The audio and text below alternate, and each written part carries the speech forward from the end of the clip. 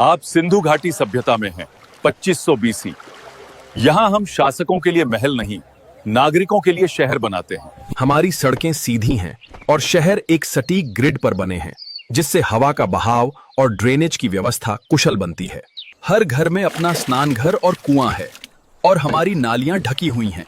इस व्यवस्था से पूरा नगर निरोगी रहता है। हमने बारिश के पानी को इन जलाशयों में रोका है ताकि सूखे महीनों में हमारी फसलें और नगर दोनों जीवित रहें। हम इन लाल कार्नेलियन के मनकों को ऐसी सटीकता से बनाते हैं कि मेसोपोटामिया के बाजारों में इनकी कीमत सोने जैसी है। हमने लोथल में दुनिया का पहला डॉकयार्ड बनाया।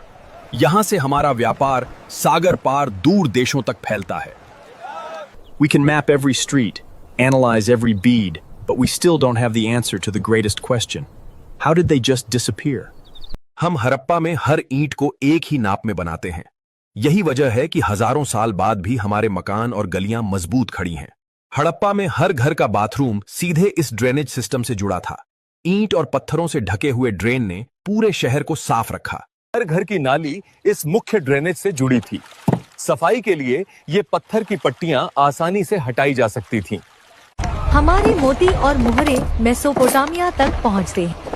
इन नावों से हमारा व्यापार दूर देशों तक जाता है। हम सिर्फ व्यापारी ही नहीं, इलाज में भी आगे थे। देखिए, यहाँ दांतों की ड्रिलिंग होती थी। दुनिया की पहली डेंटिस्ट्री। अरुणा, शेक्टर, लोमाई, वस्तु हमारी लिपि है। आज तक कोई इसे पढ़ नहीं सका। हर सिंबल एक रहस्य है। हमारे व्यापार और समाज की कहानी इसमें छुपी है। ये है ग्रेट बाथ। शायद धार्मिक स्नान के लिए यूज होता था। वाटरप्रूफिंग काफी एडवांस थी। यहाँ से माल मेसोपोटामिया तक जाता था। बीड्स, कपड़ा, मेटल टूल्स, सब कुछ एक्सपोर्ट होता था, वो भी बिना टैक्स का। इस बाजार में हर तरह का सामान मिलता था। कपड़ा, बर्तन, गहने और टूल्स। हर व्यापारी अपना स्टाम्प लगा के माल बेचता था। पूरे रीजन में एक जैसे वेट्स यूज होते थे। ट्रेड में फेयरनेस का पूरा सिस्टम था। यह है हड़प्पा। 1921 में दयाराम साहनी द्वारा खोजा गया ये शहर सिंधु सभ्यता का सबसे पहला स्थल था। हड़प्पा में अन्न भंडार और तांबे की बैलगाड़ी के अवशेष मिले हैं, जो यह साबित करते हैं कि यह एक महत्वपूर्ण व्यापारिक केंद्र था। यह है मोहनजोदड़ो।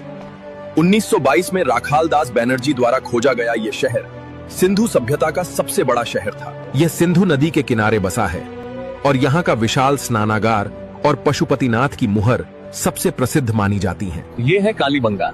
1951 में एक घोष द्वारा खोजा गया। कालीबंगा अपने जुते हुए खेत और काले रंग की चूड़ियों के लिए प्रसिद्ध है। ये है लोथल। 1954 में SR राव द्वारा खोजा गया।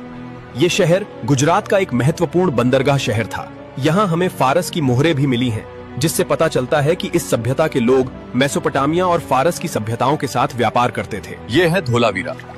1966 में JP जोशी द्वारा खोजा गया। धोलावीरा अपने उन्नत जल प्रबंधन तंत्र के लिए जाना जाता है।